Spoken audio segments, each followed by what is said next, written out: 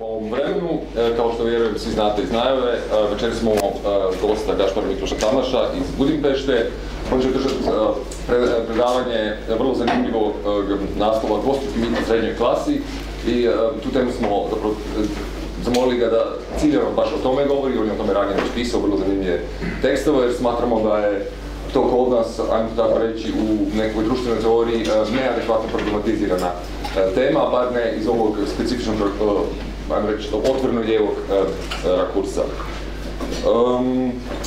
Ja neću više puno duljiti. Gašpar Mikloš će sad početi sa predavanjem. Ja bih vas samo zamolio još u ime CRS-a. Imamo ovdje evidencijsku listu, pa da se svi molim vas upišete, treba nam za financiranje. Hvala. So, please. Okay. Well, so I'd rather stand to be able to see you. And, well, you may think that is frivolous for a Hungarian to talk about theoretical problems and such in a moment of great national tragedy. And, well, there is a little of that, but still I think that I won't help my people if I abstain from giving you a talk. And there's another thing that I would like to tell you before I really start. The Belgrade journal Stvar has published my study on the class problem. Actually, this is the only complete version ever published. The original is in English, but it was, of course, most abridged. It was published in Socialist Register a few years ago. So if anybody is interested in the more theoretical and historical aspects of what I'm going to say, you can find it there. Now, what I would like to address is indeed a myth, actually two myths. The myth of the middle class, that it is presented to us in the wake of the great changes around '89, and I will go historically back to show that the origins of this myth of the middle class are, again, as so many other things as well, hidden in the bowels of state socialism, and there also a certain parallel, a very nice parallel, and also a contradiction between the two myths. That are very important social and political function, and also I really don't doubt it that in many ways it had and it still has some sort of explanatory force, even if not in the way as the authors of this myth intended. So what was the one of the founding myths of '89? People would say, people in the mainstream, both liberal and nationalist, would tell us that the survival and the felicity of the East European nations depended, in order to keep up tradition and a free society, on the prevalence and the important relative weight of the middle classes, as opposed to the working classes, the indigent, and of course the super rich, the real bourgeois, which of course were always alluded to have been either directly foreign.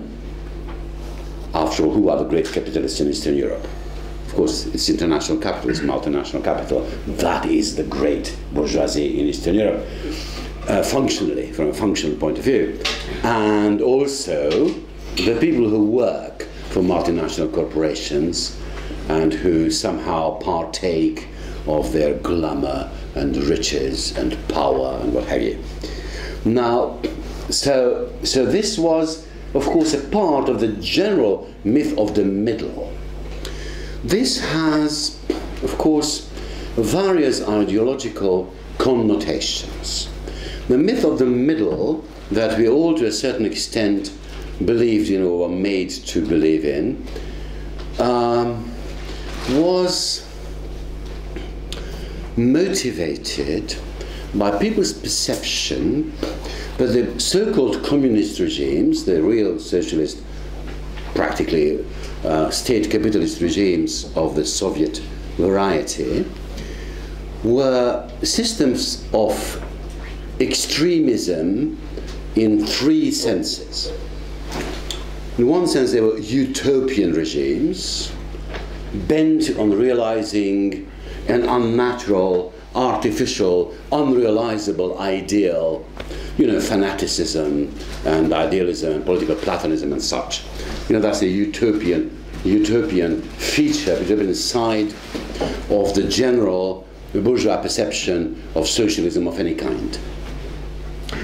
The second had been the distaste of tired, exhausted, and really bored East European populations, bored by the tribulations and problems they were beset with, against mobilization, commitment, enthusiasm, struggle, all those things that the communist parties used in order to impose discipline, as especially in the first Stalinist period, when other incentives, such as material incentives, differential incentives and so on, weren't available or were perceived not to have been available. Because after all, the great attack on equality and egalitarianism started in 1934 in the Soviet Union against, you know, petit bourgeois egalitarianism. Of course, it was Stalin's attack on that. But nevertheless, the incentives were not strong enough to motivate, and of course the threat of unemployment and of ultimate indigence was not there, and hence and other, you know, compulsions were lacking. The great compulsion of the market was lacking. So of course mobilization, you know, voluntary work, communist Saturdays. I just told Stipe this morning that the only Serb or Croat sentence I knew when I was a child was the following: jeden, dva, omladina Titova. Why was that? Because it was the great memory in all East Bloc countries of youth brigades, communist youth brigades, helping to build the destroyed railways in Serbia, Montenegro and Macedonia in 46, 47, 48. And there were international brigades of volunteers deliberately using the Spanish Civil War symbolism, were working here, and of course this is what remained in communist folklore in all Eastern Bloc countries. And this kind of mobilization that was created in folk memory, and also, of course, in the dominant ideology, liberal ideology of the age with Stalinism, a society of mobilization as opposed to the post-56 societies. When 56, of course, two things happened: the 20th Congress of the PCUS, and of course the Hungarian Revolution. And it was after 56 that, of course, the whole Soviet bloc, and in general these kind of countries, opted for their own version of the welfare state and bolstering consumption and so on and so forth. So the opposition between Stalinism and post-Stalinism, between state supremacy and market reforms, between terrible tyranny and relaxation of tyranny, have been perceived by many as the prevalence or the lack of compulsory mobilization. What people express sometimes when they had to clap the leaders, applaud the leaders, and work hard for nothing in order to prove the idealism, altruism, and universalism that was above any kind of selfish motivation that may have made people to work in other societies. And there's some truth to it, not much, there's some truth to this. And so the utopian character, as it was perceived, wrongly in my opinion, but as it was perceived, especially by liberals, you know, this well-known theory of totalitarianism, in which non-liberal tradition and communist idealism and mobilization and altruism and fanaticism and terror are mixed, of course, was there to explain the character of these societies, and it was perceived that moderation, the middle, le juste milieu, and of course the classes of the middle should prevail. And sociologically, it was explained by the undeniable fact that actual manual labor in more or less developed industrial societies was on the wane, on its way out, and many other professions that didn't imply manual labor have sprung up in their stead, and the majority of salaried workers, of wage workers, have been, since the Second World War, increasingly, of course, white-collar workers, technological workers, media workers, communication workers, in caring professions, and so on and so forth. And this, the stress on this well-known phenomenon served two purposes. One, to refute what these people thought to have been Marxism, which in their Second International version, of course, meant, which is still the most prevalent image of Marxism for people who are not in the know, that indeed this was a partly positivistic, partly utopian idea, that there are two great classes being opposed to one another, and the last clash, the last battle will be fought between proletariat and bourgeoisie, and so on and so forth. Actually, this is not Marxist, but Lassalle's theory. It was Ferdinand Lassalle who said that it was on the one hand the proletariat, and on the other hand was all the rest, eine reaktionäre Masse, you know, the one reactionary mass or crowd. It was very much resisted by Marx himself, and never mind. This was the image. So when, of course, industrial proletariat, the old industrial proletariat in the cloth caps, in the beret basque, you know, and you know their rust-colored overalls and all, you know, all that symbolic, the hammer and all that, was indeed on its way out as a result of modern technology, and as a result of many other factors as well.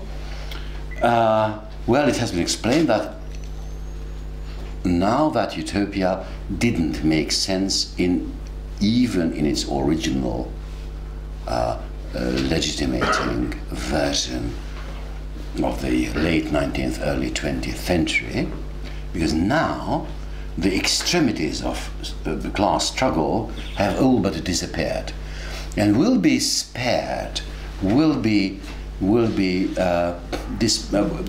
dispensed with the class struggle, because of the extreme classes of the two poles don't exist any longer, or they lost their importance. Also, it means that you may remember that Mrs. Thatcher was one conservative who talked about a classless society, by which she has meant that everybody will own stocks and property, and they will, she called that home-owning democracy. So people will own their flats or their houses. So this was inherited by Tony Blair with this theory of the stakeholder society, that now everybody will have a stake in the continued well-being of capitalism, as opposed to the Communist Manifesto, which memorably said, of course, that the proletarians don't have anything else to lose but their chains. Now, so social democracy and conservatism alike would say that, but we are not proletarians any longer, and we all have a lot to lose if capitalism is in trouble. But in Eastern Europe, it's not only that, but the immense fear of collapse that 89-91 was characterized by, Because you see, the historical teleology on which real socialism was based, of course, it has collapsed. But people have inherited that teleology, and it seemed to them not that history has ended, but we have strayed into a territory beyond history in which there was no teleology any longer, where, you know, because after all the communist teleology said that, you know, from feudalism to capitalism to communism, you know, there was a route. Now for the first time, East European societies have waken up to the absence of a route, of a teleology, of an aim. And this has, as especially you in former Yugoslavia can remember, with a great combination of rage and fear, in which people had the feeling that they had to improvise and to stray, as I said, into unknown territory, in which there were very few things at which you could fix your orientation on, and point de repère. You know, there were very few of those. And there were two, basically, and the two are very close. The one, of course, was the nation, that has been, of course, redefined along ethnic notions. Originally, the nation, of course, is a civic notion. The nation is a political community that has direct relationship to the territorial state. There's not an ethnic nation, but you know, characteristically, you know, in the 19th century, nationalism created big states from small principalities. Think of Italy, think of Germany, think of Yugoslavia, think of Czechoslovakia, and between you and me, think of the Soviet Union. And now ethnicism, which is a late phenomenon, did exactly the opposite. It took apart big nation states and put up little principalities. You know, Montenegro, as you may know, has always been, before the First World War, it was a comic word. Montenegro figured in Austro-Hungarian operettas as being an example of unreal politics, of the kind of ethnic politics that cannot survive, that is ridiculous, that's based only on ethnicity, on tribe, on something pre-modern, hence moving in a way, but on the whole ridiculous. So, you know, for old Austro-Hungarians such as myself, to see the rebirth of Montenegro, when my father was a theatre director, and I saw that operetta, you know, when I was a child, to see that Montenegro again is a model. It was quite scary as well as funny, and you know, these countries of course cannot survive on their own, but you know, there was the idea of the nation, and of course it was the idea of the middle class. But what else is the nation than the middle class? Nations have always been identified with the middle class, the only real stratum of society that was the bearer of national culture. This is quite true, actually. Yeah? These were the people who, you know, were the members of the Matica, and then, you know, subscribed to the national reviews and sustained, you know, language societies and language reform, and put up, you know, schools in the vernacular and so on. So it was hoped that if the middle class is large and independent, it might keep nationhood, i.e. tradition, i.e. peace, not because it's altruistic, because that's its nature. It needn't be mobilized, it needn't have any moral ideals, it has to be itself. One thing has been forgotten, which is very characteristic, and as I will argue, it comes to us from state socialism. Namely, that the idea of the middle class is, of course, the idea of people who own property, own capital, who are not dependent on their survival on wages. That's the basic idea. So they are bourgeois. Okay? Okay? They may not be extremely rich, they may not be independent entrepreneurs, but people who on the whole can survive thanks to their property. Land or house or stocks or shares or something. Now, this middle class that the East European leaders and chief ideologists talked about was, of course, the white-collar middle class we know so well, people who may live comfortably and may have cultural aspirations, but they are dependent for their survival on their salaries, hence they are not independent. And they are not only not independent economically, they are also not independent institutionally. People who work for wages are bound to work for institutions. And people who take their place in institutions are defined by hierarchies and regulations. And people that have to accept regulations and respect hierarchy are not bourgeois in the original sense, be it bad or good, be it recognized in a romantic spirit by the likes of Werner Sombart and Schumpeter, or hated by other people like Jean-Jacques Rousseau. But nevertheless, their individualism, their independence, their self-centeredness, their stress on the private as opposed to the public is what historically determines in a bourgeoisie and the middle class, and our middle class has nothing to do with that at all, zero. These people are clerks, mostly, of one kind or another.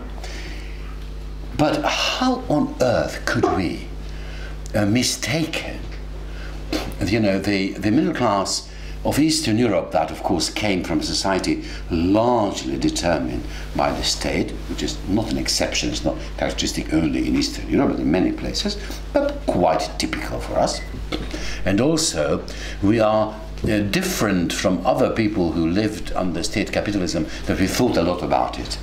The nature of the state and the importance of the state is a topic for East Europeans because it had an ideological importance that other dispensations, other regimes have lacked. Now, state socialism had a similar problem with the middle class, a problem in the sense of an ideological difficulty.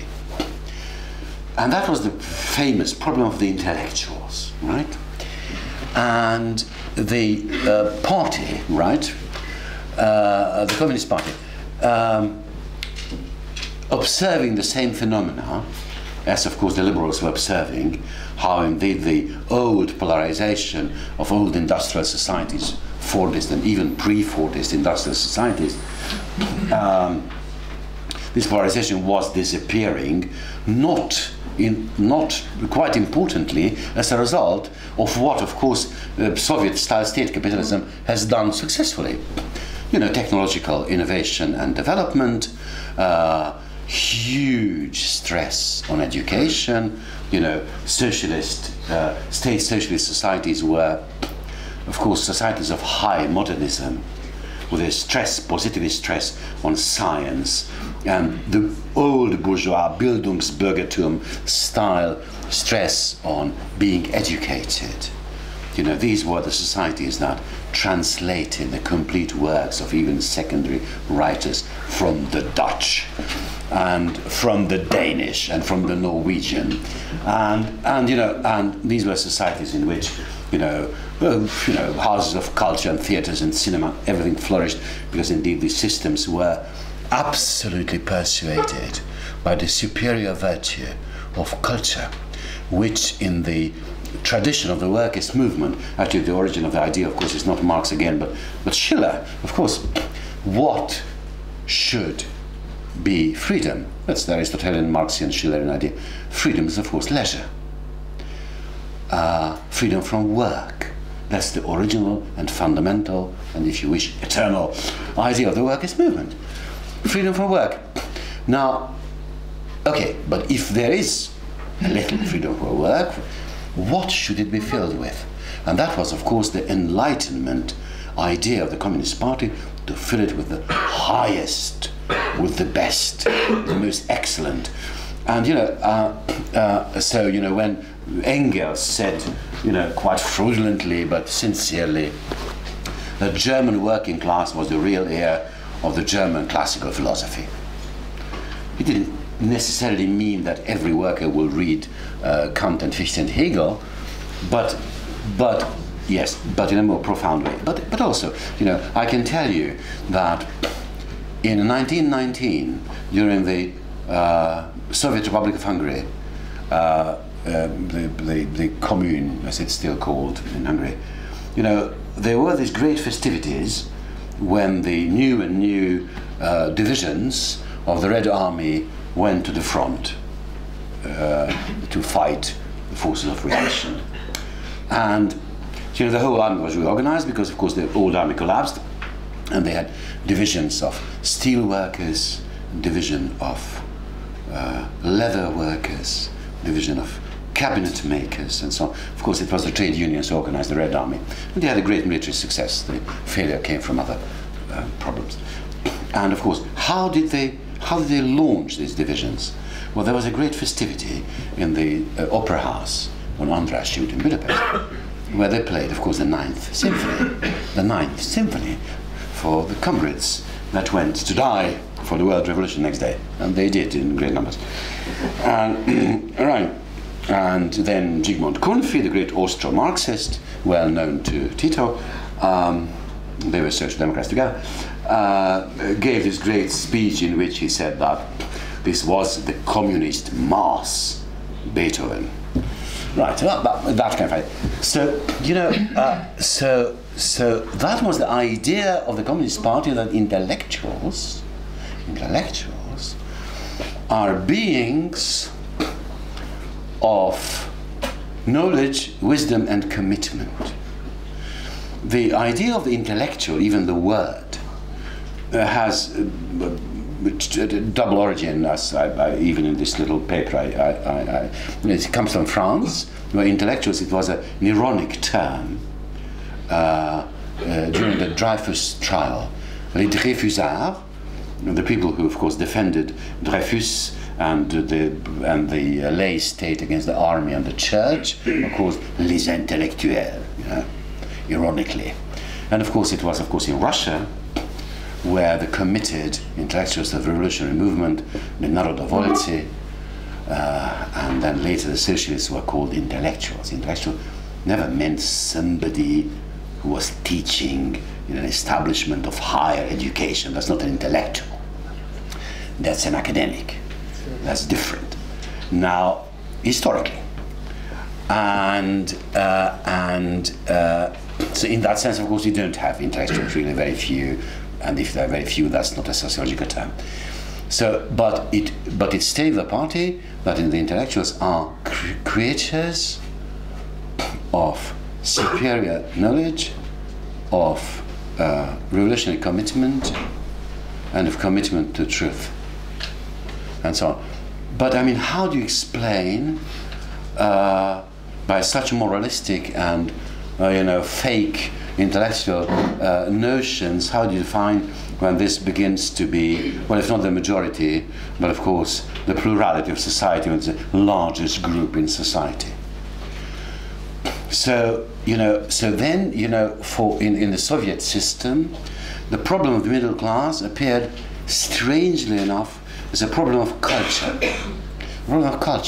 What was the function of science, of art, of philosophy, of engineering, etc., etc.? Was indeed culture a commodity? You may remember those debates in every East European country. Very boring, but still. So this was the way in which the problem of the middle class was formulated. So in the Soviet bloc period, the prevalence of non-manual workers in the new social structure was explained, or it was attempted, it has been attempted to be explained in moral and intellectual and cultural terms, in which it seemed to many in the party leaderships that now it is actually the spirit that what should pervade the society through the prevalence of intellectuals that meant not only the freedom from back-breaking physical work, but also a transformation of large strata of society living a life of superior quality. Of course, then it was found that it was not so, and but it was a great problem for the party, and which was solved by various stratagems in the Soviet Union with the theory of Nikita Sergeyevich Khrushchev about the state of the entire people. Actually, he declared the class struggle to be finished. What a strange idea. And so on. And the same thing has happened in the last years of the welfare state. And then there was another version in Thatcherism. And so the middle class was this myth, which in both cases, of course there are differences, but also similarities. In both cases, it seemed both to communists and to post-communist nationalist and liberal leaders, the large middle class to be the guarantor of a morally and societally superior order. I mean, the good kind of people would prevail, quantitatively and qualitatively. So it was explained. I mean, of course it's hilarious, but now of course it's 90s. But it was indeed argued that with the development of capitalism, more and more people will become middle class, and thereby reasonableness, compromise, an open way of conducting social affairs will prevail. But this was immediately, of course, answered by the breakout of war in Yugoslavia, where, of course, the same kind of middle-class regime prevailed, but since it was a federal state that was formerly governed by the enlightened absolutism of Tito, no other way of keeping together a multinational state, in my opinion. Well, maybe we need enlightened absolutism of one kind or another. I'm not sure. I wouldn't like it personally, but yeah. But I'm not a great fan of any kind of state. So. But in such societies, keeping together multinational states needs something like that, because of course, opinion, which reigns supreme in a liberal state, is naturally fractured, if indeed the primordial character of ethnicity is recognized, and since it is the main framework of middle-class culture, it cannot help but be recognized.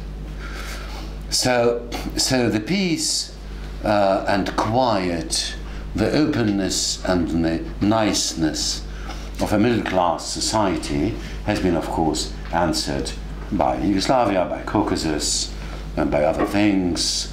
Just look at Hungary today, and look at many other things that you can.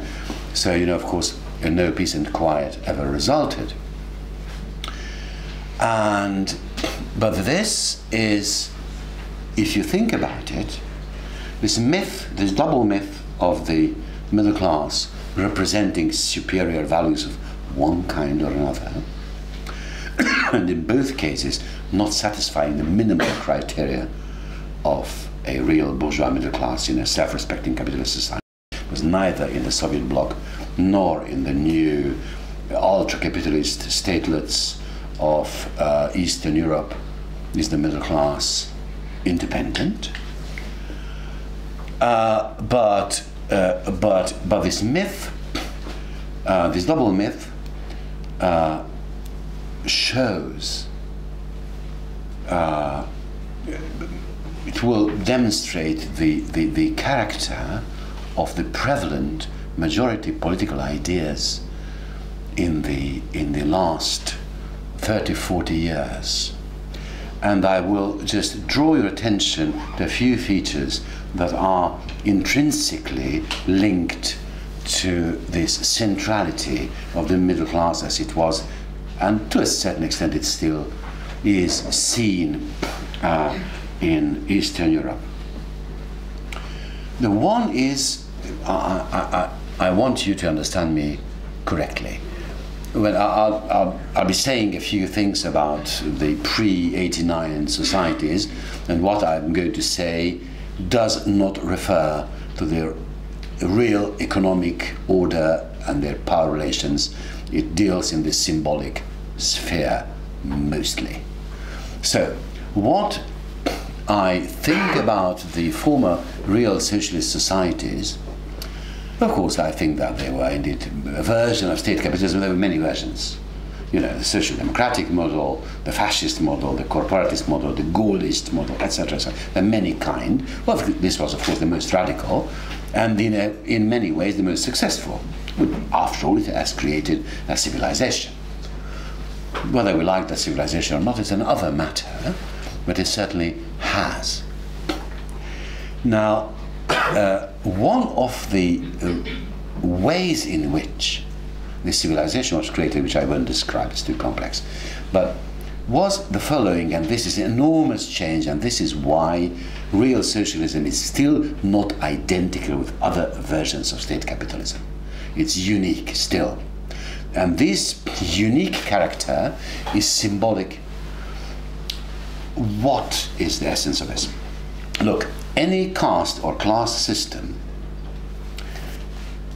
is based on a moral idea that legitimizes it, which depends on your ability and willingness to believe that the strata on the top of society are meritorious or are fulfilling a superior function. This legitimizing idea is very much linked to what people think about the human and about the mind. It's very simple.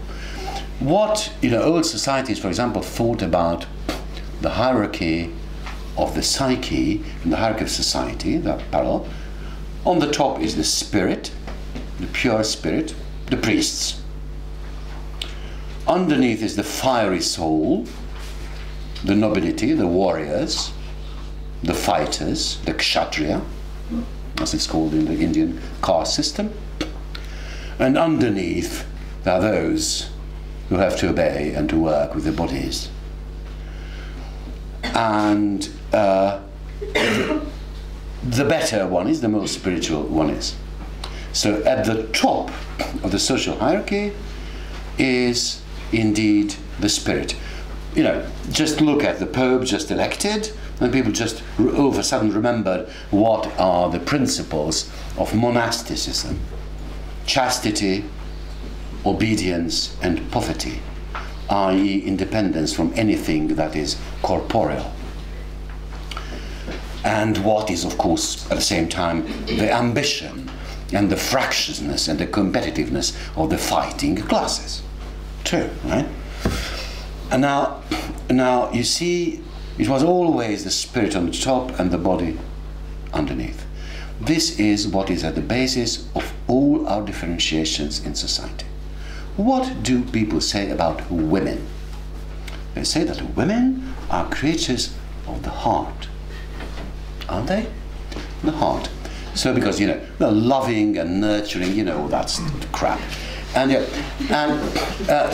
of course they're identified with the inferior function of the human mind, sentiment, sex, all that. And then, of course, when people will say that, I have nothing against blacks, they are such wonderful athletes, right? They have clever bodies, okay? They're quick, they're fast, they're strong. They don't deserve to be leaders. Also, they're musical, All the peoples that are inferior, the Roma, the blacks, are all very musical. What is music? Of course, there's the most inferior, the part of culture which is most linked with instinct and so on. Yeah. Oh, the whole thing. This whole hierarchy it always serves to legitimize inequality of one kind or another. Now, it was of all societies known to us, it was only Soviet-style state socialism that put on the pinnacle of its moral order physical labor. It's never happened before in history, never. It's absolutely unique. To have a country whose symbol is the hammer and the sickle, it is absolutely unprecedented. And it's a revaluing of values, although of course it wasn't led by workers and so on. We all know that, of course. There was a great inequality actually by the 60s. Both Sweden and Japan were more equal than the East European communist countries, according to valid statistics. Never mind. The symbolic reversal of the image of the figure of the worker as being the essential one, which the Romantics never quite succeeded in making the peasant into a symbol of an organic society. Well, they fought for that, but they were defeated. And and monarchies, still went on, and the church was still here, and so but the communists did this, and this is a very profound change in the perception of human society by a sizable mass of hundreds of millions of people. And this means that our idea of the perhaps not God-given but inevitable way in which hierarchies are made up is still feebler than that of Western Europe. If you study closely a West European society, you will, with time, discover elements of deference, of respect for your elders and betters, that in these societies you will never encounter. We are much more impertinent. We are much less polite. We are much less respectful of other. Don't believe the liberals. Well, I will never forget that I was in Washington, well, in America, which afterwards a Republican egalitarian country. I was, and the U.S. Institute of Peace had some kind of event, and I was there like a good East European, drinking my wine, and I just noticed that everybody was falling silent and raising. Because, Bill Clinton came in very quietly on a side door, and all the Americans stood at attention and shut up. Well, try to do that in Hungary. It won't happen. It won't happen. We have no. I mean, we may be servile, forced by necessity, but this idea of God-given hierarchy, and that the kind of people with their accent, demeanor, body language, exterior, general behavior, and so on, that is deserving of respect. Well, there are no such people. There are no such people. They've been shot, right? Okay, or hanged. All right, depending on the prevalent methods of those dictatorships. So, I mean, we are, still in the Western countries, however modern they are. Of course, they're changing too. The folk memory and the memory and the perception that comes from the aristocratic order is still there, lingering there. And of course, there are other reasons for inequality. Of course, what is called meritocracy and so on and so forth. Now, so we do have some kind of rough meritocracy, where people would say that, isn't it scandalous that an intellectual such as yourselves is earning less than, some drug dealers? And isn't that scandalous? Because it's not natural. You deserve better because your merits are tremendous, or our. And but these are very feeble. But these are very feeble, and they are always alluding to the spirit. And so now, after this fantastic reversal of the value system, which we don't take seriously enough, after 50, 60 years of immense praise of the worker and of work, of the not Marxist but Rousseauian emphasis on the simplicity and bravery and honesty of the simple man, that now has been victorious, because of course these virtues of the simple man had been extolled by many kinds of literature, but they've always been the losers. But the Soviet literature presented for the first time in history the worker, the hard-working, tired worker who dirties his hands, who may not be as handsome as a prince, but who prevails, who wins, and who is recognized as the best. I mean, that's absolutely unique. Okay, so now after the demise of the systems, you know, when the value hierarchy has been reversed, you can't just put it back where it was. So we didn't even, when conservative nationalists tried, but even they don't know how to do it. Okay, because they too have been the children and grandchildren of state socialism, so they couldn't, and they misunderstand tradition. They don't know how to do it, but not only I'm not only talking about factual mistakes in what people do when they don't know how to address a count or a baron or a prince, and they're mistaking one title for another. But this is just jokes. No, but more essentially. Because the state socialist supremacy of clearly the spirit of science. Think of the Soviet cult of chess and of space industry and all that kind of thing, that symbolized very, very, very strongly for the simple people that indeed this was the spirit that reigned supreme, but was accessible to all.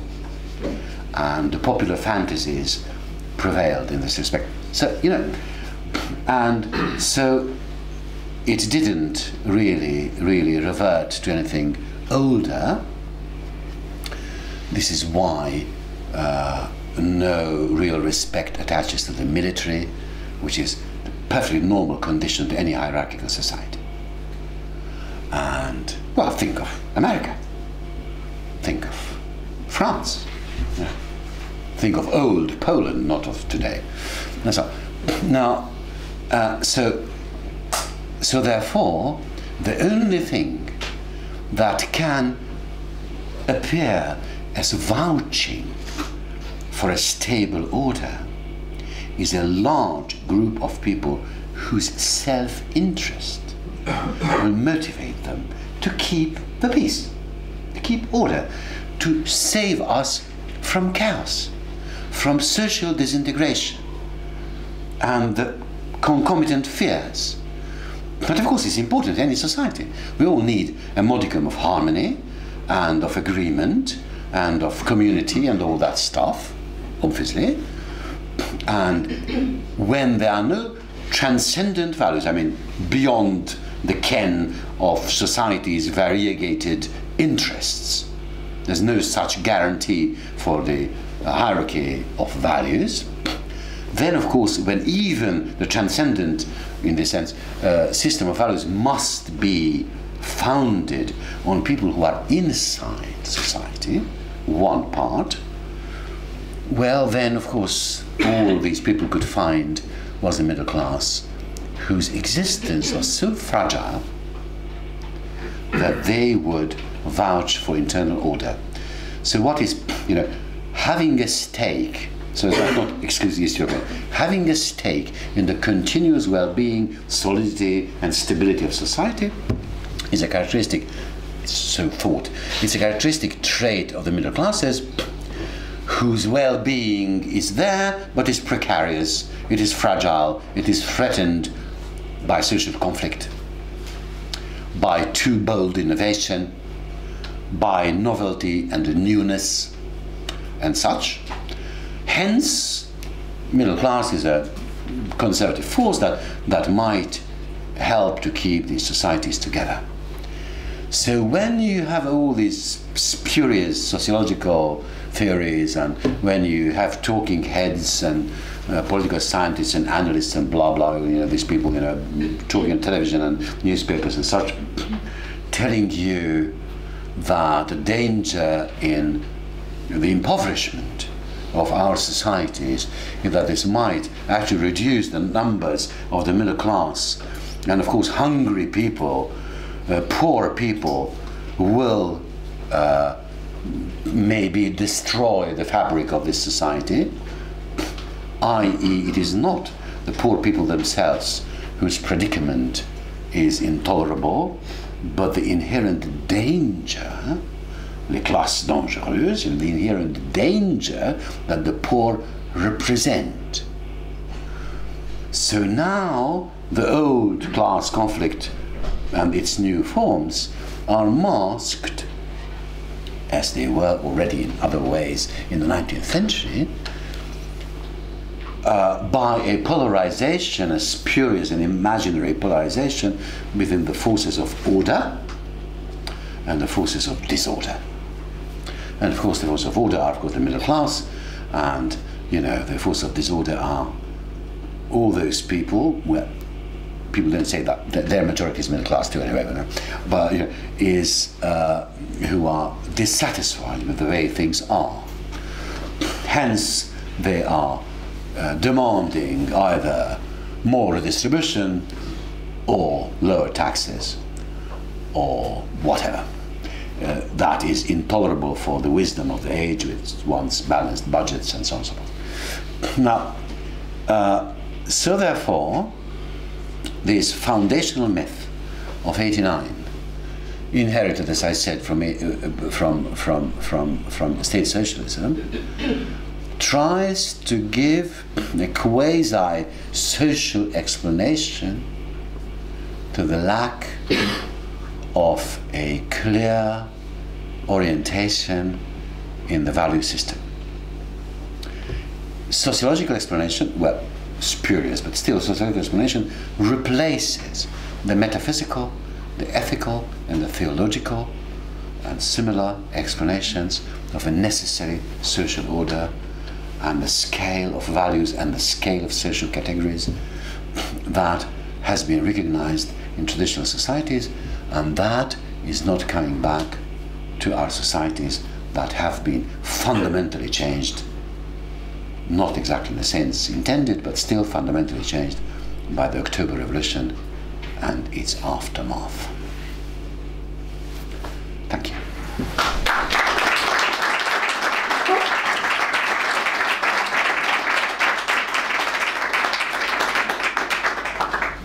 I'm willing to take questions and objections and withering criticisms. So who wants to go first? Thank you. Right. Thank you for your lecture. I'm Zagreb, I'm here personally, but also as a possible contributor about this education radio program. Right. But this is my personal question today. I'll also see if it's possible something with your tomorrow's lecture about that. When you mention these terms, one thing which might be just a matter of rhetorics, but something else as well. When we listen to the American politicians today in the United States, left-wing for their understanding, or right-wing Democrats and Republicans, both with all those extreme positions about taxes and welfare and everything, both insist on working families as their basis. Middle class also is often mentioned, but working families, which actually means probably middle class, although in the first site it sounds like working class, but it's not working. Does it mean that the American system or their understanding of their reality is so different than European social democratic, liberal or conservative understanding, or it's just a matter of words? Does working families means simply the promise that working class can be middle class or something? No, like actually, you know, the idea is, of course, mostly terminological, but there's a sense in America, real middle class families mean families where there's only one breadwinner. So that was always promised to Americans that only one person has to work. And now, of course, the majority is not enough any longer. Thank you so much. It's not enough any longer a single salary. So working families are now either lower middle class, being in trouble, or working class. Yeah. So that's why. So working families is a new term for the part of the middle class that is losing its former standing. It's more and more people are like this, especially very interestingly, the galloping prices of education has forced many women who are mostly housewives, homemakers is the non-sexist term, who to work. So that's all really. So. Thanks. No.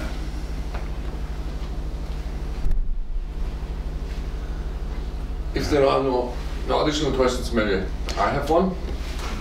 So I hope so. Well, it's basically when you talk about the middle classes, the role of the middle classes in the ideological framework of legitimization of state socialism and so on, that is, of course, as you emphasized, well, the symbolic ground. But an interesting argument you have made in some of your other writings on the subject, and maybe for the people here, is one of the paradoxes is that, of course, these very middle classes who were the driving force of demands, for the they wanted to become the Western middle classes, but this was their goal in terms of consumption, in terms of personal liberties, travel, expression, everything, the whole consumer package. But the paradox, of course, was that these people were themselves historically only possible as a relevant sociological category in demographic terms because of state, real socialism, or that variety of state capitalism, we call it that. And then, this paradoxical role that they played, I mean, if you look at the point of their economic genesis, the conditions of their very existence, and the way how they were a driving force of overturning what made them possible, and now realizing, that everything is gone. I'll just respond to one part of your argument by an example, which is, from our trade, as it were. I wondered for one time, why was it the case that in the 1970s, in many East European, not in all, but in many East European countries, the leading thinker had become Max Weber, certainly not Marx. That has been even more forgotten in other East European countries than it was in former Yugoslavia, which, of course, was a different story, but not that different. And and so what was so not only why was it useful for the establishment, but why was it so widely popular? Partly, it was his idea of the demonic character of politics. His intellectual ethics that demanded the decisive separation of politics and science, as you know from his famous lectures. And thirdly, the ideological motivation between economic realities, Protestantism and the spirit of capitalism. Why was this so popular? Well, for the reason that, I'm quite convinced, for the reason that when indeed, as you say, these former intellectuals becoming middle class, or people who were intended by the party to be intellectuals but became instead middle class, thought as their future, it was to get away, as I said, from mobilization and from commitment and from the mingling and the mixture, what they called ideology and professionalism, i.e. politics and science. And because the Communist Party, of whatever kind, even more in opposition, were it could have been a deathly peril to be a communist, as you know, but even in power, demanded identification, enthusiasm, fanaticism, commitment, etc., etc., ideological alignment, and all that. And people, of course, were fed up with this. They didn't believe any longer in this, and they couldn't because it didn't reflect reality, but also it didn't mold reality very much. It was just becoming more and more cut off as a sort of political theology from everything that people were interested in. People wanted to get rid of that, but of course they couldn't confront the party directly, so they had to fight in the time-honored bourgeois manner for their independence. But that's, of course, that's the bourgeois ideal, to be independent from institutional and moral influence, to have your private sphere safe. So people said, you know, and we don't have any ideology, we're just doing our job. You know this, it's still being said, for whatever reason. And now it's mostly said because of fear, but never mind. And by habit. And you know, so Max Weber, who had become this ideologist for professionalism, for the honor of an undiluted and unpolluted science, unpolluted by politics and ideology, and by any idea about collective action. Well, that's politics, okay? So it was at the same time, you know, it was absolving people from political responsibility, which is excellent. You know, people were waiting for this for decades, and also it absolved them from the opposite of this, servility and outward conformity with imposed ways of putting things and beliefs and so on. So you see, it was this turning away from communist ideology and its rigid moral ideals. So here consumerism wasn't simply what we understand, but again, consumerism in Eastern Europe is not exactly, or it wasn't always exactly the same, because it meant something else too, apart from the usual stuff. It meant something that in the West, of course, it didn't and couldn't exist. It meant that now, having become independent, autonomous, less interfered with in our private lives, now we shall experience pleasure. Pleasure. It was liberation, because you know people perceived, again quite erroneously, but never mind. Ideological perceptions are like that. We were perceiving that the communist system was rigid, forced a uniform, poverty, discipline, and so on. Well, some of it is true, you know, on people, and certainly it implied the threat of a tyranny, obviously. So you had to behave, otherwise you could have a very hard time, okay? And so tyranny was a reality. And so by conquering our autonomy and our independence from the public, we are now for the first time experiencing freedom as a pleasure. And so we have this cult, that's my generation, we have this cult of sexuality, this cult of a very peculiar kind of romanticism of the moment. Look at the 80s, 90s poetry and fiction.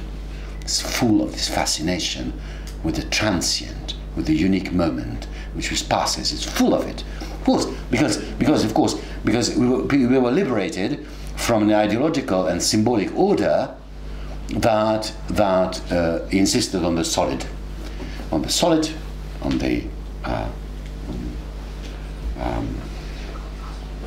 that which remains, the stable. Okay, so you know, so that was, you know, consumerism was also considered liberation. It was not only satisfying your needs and keeping up with the Joneses, you know. Well, of course, it came to that in the end quite quickly, but it had this fantastic nuance of beauty. You know, when, well, I remember even I, who am not a born consumerist, but I still thought that the turn towards capitalism meant more elegance, more beauty. It was cool. It was the drabness so characteristic of Soviet system was less characteristic of Yugoslavia. You know that people came to Yugoslavia to buy blue jeans from Romania and so on. Yes, true. And but it changed the lifestyle. So again, even consumerism, like the other changes I tried to describe, perhaps badly, but you get my drift. It was again part of this, well, very poor but still liberationist kind of idea that from commitment and rigidity and the ideological straitjacket and Puritanism and so on and so forth, Puritanism in material and in sexual terms, you know, now of course we can do what gives us joy, yeah, this kind of stuff, so a study I've read about the advertisements in former socialist countries in the 1990s is a most extraordinary thing, because they have even more sexual implications and an absolutely open praise of sensual pleasure of any kind, not only sexual, you know, pleasure, warmth, fresh air, you know, soft grass, all that kind of. It's even more prevalent than in the West, from where, of course, it comes. Now, so you know, so it's when the changes from being a committed intellectual and an organic part of a collective effort of edification of a superior order that has its own teleology, blah blah blah. From that, the transition to a consumerist middle class Philistine, which has of course happened, was at first perceived as liberation, as getting better, being healed from the pathology of morals. So just to add one more aspect, because you're and this links up to the situation now in Hungary, of course. Right. But once these middle classes, the classes of the east of the eastern socialist states, once they faced the transition process, which for most of them meant the erosion or complete disappearance of the socioeconomic conditions or possibilities of their lifestyles. Quite. They then, well, there is apathy, there is this and that, but we know what historically it can mean if these middle classes feel threatened and then remobilize, you know. Yeah. And we see in Hungary, for example, this is of course this neo-fascist tendencies. You've written also about this, about the logic of the middle class trying to defend their privileges. Not neo-fascist, post-fascist. I mean that differently. There's no great deal of mobilization. That's marginal. So, you know, there's difficult to describe one's own life, but you know, it's the culture of the mainstream right that's quite radical in many ways. Not in its style, its views. It's pretty passive, pretty atomized. So there's a great deal of resentment that's not a heroic feeling. So now when, you know, the majority, the middle class majority, which of course is on the right, I mean overwhelmingly, tries to explain the political conflict in the country, well, explains in the classical fashion that we may have our problems, and indeed the government may not be as perfect as it says it is, but of course its enemies are not like us, foreign or in the pay of foreigners, or Jewish mostly. Well, that's of course our own dialect of formulating such suspicions. My favorite word, of course, is, it has been said about myself too, foreign-hearted. My heart is foreign. Very well. Well, then of course I would say no, I'm not. But you know, when I'm insisting that it's not, then somebody will kick me. But yeah, and you know, it's so of course the loss of respect, of life quality, etc., being evicted, very terrible things happen to people, and these are explained, but of course also held by the government that is very astute, very intelligent, doing this job excellently, explains it by foreign immixtion and the interests of global capital and stronger countries. Half of that is true, of course. Yeah, of course, indeed. You know, usually surplus value is extracted from weaker places, and there's nothing new in that, and so on. And of course, the government is insisting on, you know, reducing the costs of middle classes just before the constitutional amendments that produced this huge international scandal. The price of gas, electricity, and water had been reduced 10%, and it will be reduced with a further 10%. And the price for this will be paid allegedly by the companies themselves. So the German companies in electricity are selling off very rapidly. But never mind, it will come back through inflation. I know that. I'm not an economist, but you know, it's not very difficult to solve. Nevertheless, politically, these are very important things, and the government declares its solidarity towards carefully selected targets. The middle class, but only the middle class that has the image of sobriety, hard work, well, not manual work, hard work, frugality, careful planning of their lives, no prodigality please, and so on, not spending things on, you know, morally incorrect things, drugs, alcohol, tobacco, books. And, you know, yes, the Hungarian culture has been totally destroyed. It's, you know, a nationalist government that stopped all financing of archaeology, of the office for the care of monuments had been terminated. Simply, it's been closed down. It doesn't exist any longer. You know, libraries, theatres. Last year, the Hungarian film industry produced 0.00 films. None. Before it was 16 a year, in an average, and so on and so forth. But books and so on, luxuries. But at the same time, as Mr. Orban has said, how did he say?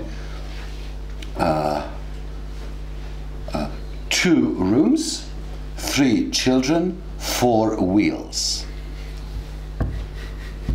So I don't have to go on. And so that's the idea of the middle class family, and whoever is outside that, be they students, the poor, the comprador bourgeoisie, the intellectuals, well, those are treated, given a very short thrift, and so again the middle class ideal is kept alive, and of course further enriched by the usual stuff that national pride, ethnic pride, and so on, and also of course the usual stuff that we are attacked and accused and slandered for all foreigners. And for example, what I'm doing now, I'm in Zagreb criticizing my government, traitor, and so, you know, of course. So, but people do believe in that. So, for example, if I meet right-wing people, which happens because I'm probably the only public figure in Hungary that goes by public transport, for very simple reasons, and so people would talk to me. 90% of what people tell me, you know, right-wing people tell me, is that why should you go on German television and say negative things about our country? It's really, it's serious. These people are seriously wounded by this.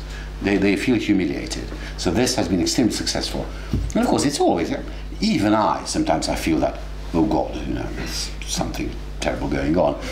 And when I was in the European Parliament, because the left party has invited me to give some press conference when Orban was there, so I went to the chamber and I saw what treatment Orban was subjected to. I felt some kind of national solidarity with him. I said, God, still a fellow Hungarian, I know him personally, I mean, God, you are a poor boy, I mean.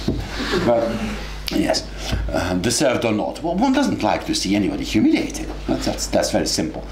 But so these things are very, very well done, and it is also very interesting how the anti-Roma and the anti-Semitic propaganda is carefully calibrated, because both seem to the mainstream opinion as not living out of honest work. The ones being, culture of dependence, as it's called politely in America, living on the dole, for social assistance, and the others, speculating financially and philosophically, in their inimitable ways. So therefore the whole thing is constituted this puritanical, very Weberian way of seeing, the old bourgeoisie, diligent, industrious, and frugal. Yes, very much so.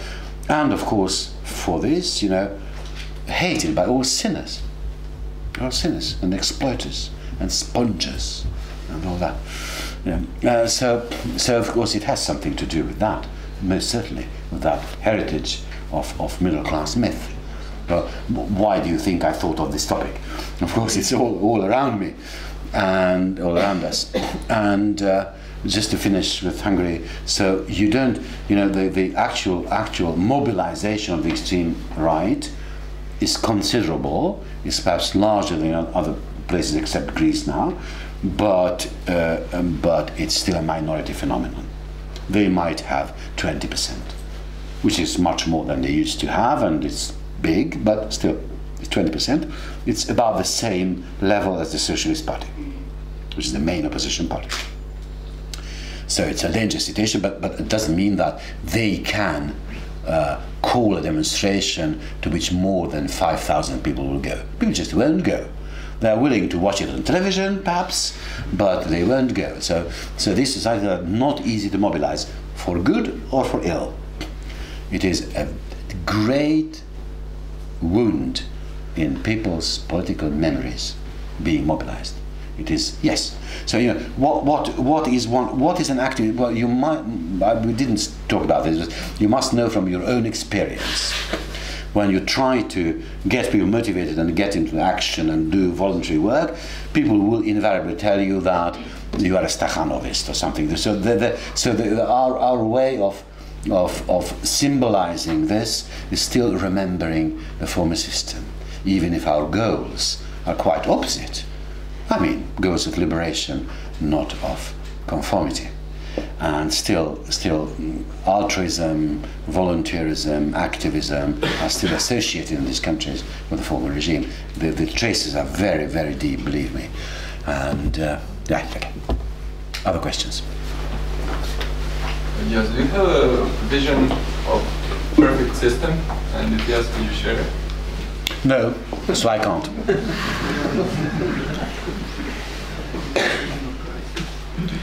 No, listen. I mean, if I, that was the easy way. Now the hard way. What I do and what most of us do is, of course, well, in the case of succeeds, I don't mean that I personally am succeeding in this. Marxists and such people, anarchists, the good guys. Of course, when they exercise a sharp and, if successful, deep criticism of the prevailing order of capitalism and so on, well, that implies some strong preferences, obviously. It doesn't mean that in this, of course, there are debates between people on the radical left. there is again, I can perceive a stronger desire for want of a better term, one would call a utopia, which shouldn't be silly. You know? So, you know, a real image, as you say, of a perfect, well, of a good society. And I'm reluctant, I personally am reluctant to do that, which doesn't mean that I don't have some very strong social and moral preferences that come to me from the way in which I see why the contemporary world, modernity as such, capitalism in other words, is bad or wrong or self-contradictory or self-destructive and dangerous for all of us. So of course that critique of course entails some things. For example,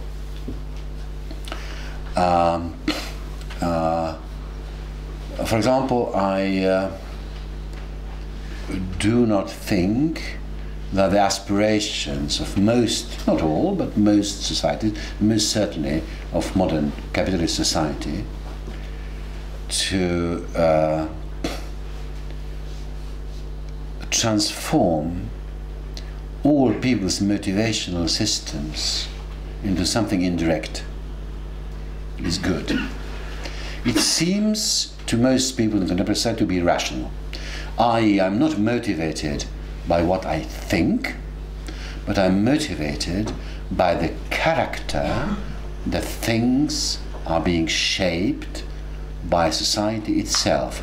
This is why the ideal is quick, fast adaptation, flexibility, propensity to change, being supple, relaxed, tolerant, and so on and so forth. The character traits that go with the present period of precariousness and so on, and financialization and so on and so forth. So all these character traits are not forced on society by any ideological or state authority, but are imposed on you, on us, by the needs of conforming enough to get a job and to get on with our fellow humans, who would now demand tolerance, flexibility, suppleness, a propensity for extemporizing and improvising. And you are not cool if you are rigid, repetitive, and believing rigidly in something which has been the ideal of the past. But it isn't now, but it has been the bourgeois ideal, to be steadfast, solid, reliable, that kind of thing. Now, so if our moral ideas, for example, are not explicit, not worked out by ourselves, if it's all mediated by institutional arrangements, then our life, I think, is false, if I may be directly moralistic, right, for a moment, although it's very unfashionable. Okay, so for example this, okay, you see, and so on and so forth, and there are many other things. Or that I really don't think that some of the characteristics of what we consider to be civilization can be kept in place. That, for example, is the opposite of what I said before, because how are civilization kept in place? How is permanence ensured? By observance of regulations that if you don't conform to, you are punished, called also law. And you know, if indeed again the desirable way of behavior and of the moral ideas that govern it are dependent on an external mediated force of a parallel abstractness as capital itself, then again our lives have their centers outside, i.e. we are heteronymous. And so yes, in this sense, of course, I would be unsurprisingly against state and capital.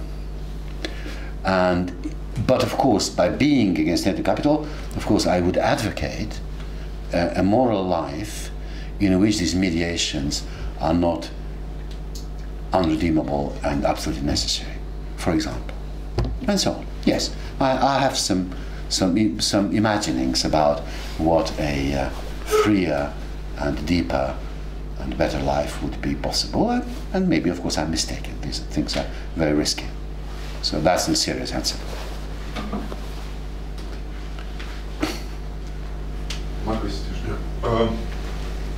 Can you give us some, in your announcement or abstract this lecture, you mentioned the corruption as a way of, as a false problem in representing the position of the middle class, but also as a false theoretical or analytical perspective to think about Eastern economies or societies in their semi-peripheral or peripheral position. I think that's a very. I want if you can give a more detailed explanation about it, because thinking in the 90s and also after this corruption seemed as from the European middle class perspective as a crucial political and economic problem of Eastern societies that was our tradition, our nationalist socialist mentality, blah blah blah, and somehow, but also you get this kind of paradoxical role that, like, you know, in the 20s that anti-Semitism was anti-capitalism for idiots. You can say now that anti-corruptionism is anti-capitalism for idiots in some way, because it doesn't. Well, I wouldn't go that far. Yeah, I'm just provoking a little bit, you know. Yeah, okay. But I think it's very important to somehow articulate the position of the state in the semi-peripheral countries, and what kind of corruptional practices is there in relation to geopolitical or imperialist connections with the core countries. Right. Well, I can't answer everything because I don't know enough. That's a very simple reason. But well, first of all, it's the question of political method. I think that the critique of corruption masks the critique of the system itself from which corruption deviates. So many people think, even people who might consider themselves sufficiently sophisticated, that one of the reasons for poverty and so on is corruption, which is cobblers. But corruption, of course, is a very dangerous thing at the same time, obviously. Well, various points of view. Well, if I take the present system for granted for a moment, which just for the sake of the debate, well, you know, a capitalist democracy can survive only if people are willing to part with some of what they have, paying taxes, you know, fulfilling their duties, and so on and so forth. If this is not so, then of course already a very strong element of unfairness is being injected in the system, which then corrodes the whole thing. That's on the whole true, I guess. When people perceive that if I, relatively poor man, am paying my taxes regularly and these billionaires are stealing theirs, well, of course, one is less willing to cough up, you know. But so that's a question, very simple question of civic discipline and all that kind of thing, which of course is important for you know, maintaining public order and that modicum of fairness in bourgeois democracy. That's okay. But for this you don't need to open your mouth, but that's so obvious. Second, and that's your question, which is more interesting. You know, what a role plays corruption on the periphery. Well, it's different a little bit from the core countries because of our economies being so weak.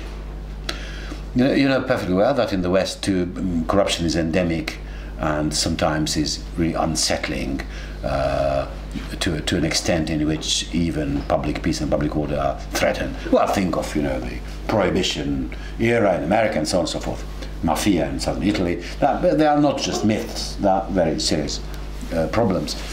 And But our states and our economies are extremely weak, so in which it seems that there's a dichotomy between two kinds of economy. Now, the multinationals, functioning more or less like everywhere, and of course they have to pay some bakshish to local officials, but on the whole their economic activity as such is not endemically and intrinsically corrupt. It is sometimes, but it's not typically. And then of course there are the soft industries, from tourism to restaurants, from prostitution to various other things of this kind, that are basically the local industries. There are regions in Eastern Europe whose main export is prostitution, and they are not so small. Yes, well, but that is poverty. That is regional inequality. And so the corruption is a consequence of that. Of course, there are enough, ruthless people to exploit that. But how endemic this is, that is shown indeed by the fact that people in the worst places, in the former Soviet Union, for example, the local, crime chiefs are really setting up armies, almost. And the difference between, as you know very well, between warlords in ethnic and religious wars and crime chiefs is very moved to difference. So but those are problems of wholesale social disintegration. To call that corruption would be too moderate, too limited. In the countries on the semi-periphery and the periphery that are not that poor and not that disintegrated, corruption is much exaggerated and is used as a disciplining weapon towards people's attempts to get on and get by. And some behaviors are punished as corruption, although they by definition shouldn't be. Of course the laws will stipulate it. And so I think that corruption is overrated, and that especially its links with the essential character of capitalism are not shown clearly. Because you see, in situations of scarcity, maximization of profit means turning against state regulations. Those regulations will be tolerated by capital only if the rates are satisfactory. So waxing very moralistic and very policing and so on about this is analytically wrong. Of course, at the same time, what can you say to countries plagued by many symptoms of social disintegration and corruption? So there will be two kinds of politicians. One kind who is openly corrupt and openly, showing this to the public, like Berlusconi, and those people who will lie about the fight against corruption, which has such economic reasons that this fight is anyway absurd. But of course, the fight against corruption always means a very great pretext for authoritarian leaders and movements and governments. So the whole thing, is as separated out from this web of intractable, I recognize it, intractable problems, is not really conducive to solutions. This is why I am circumspect with this, because I see everywhere in the Caucasus, in former Yugoslavia, in let's say former Soviet bloc, how corruption is used in various ways, which of course it doesn't mean that I'm in favor of some states being governed by the cigarette smuggling mafia. That's not very nice at all, and it shouldn't. So that's not that I think that the corruption should be allowed, but I don't think it's a question of should or shouldn't be allowed. It's a question of these economies and these societies being in a crisis that they cannot solve on the basis of their own social orders as they exist now. Not even on a bourgeois basis. They're too weak, too small, and they don't don't have powerful allies, and they don't have the necessary political and cultural and moral energy to change this. So, you know, so the corruption is a part of all that, you see. So this is why I'm careful in separating out corruption. Not that it's nice, because it isn't, of course. It's terrible. Right. So it seems there are no more questions. So, or at least people are too tired to ask them. Right. Either way, thank you very much for your talk. Thank you for your patience.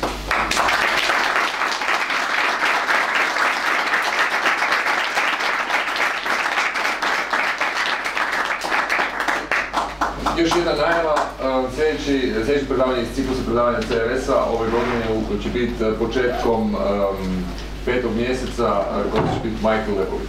Hvala vam. Pardon. I, naravno, pretpostavljam da su ljudi vidjeli, sutra naravno u 6 sati, 7 sati u galeriji Novoj, u drugo predavanje Gašpara Mikloša Tamaša na temu post-fascisma. Hvala vam.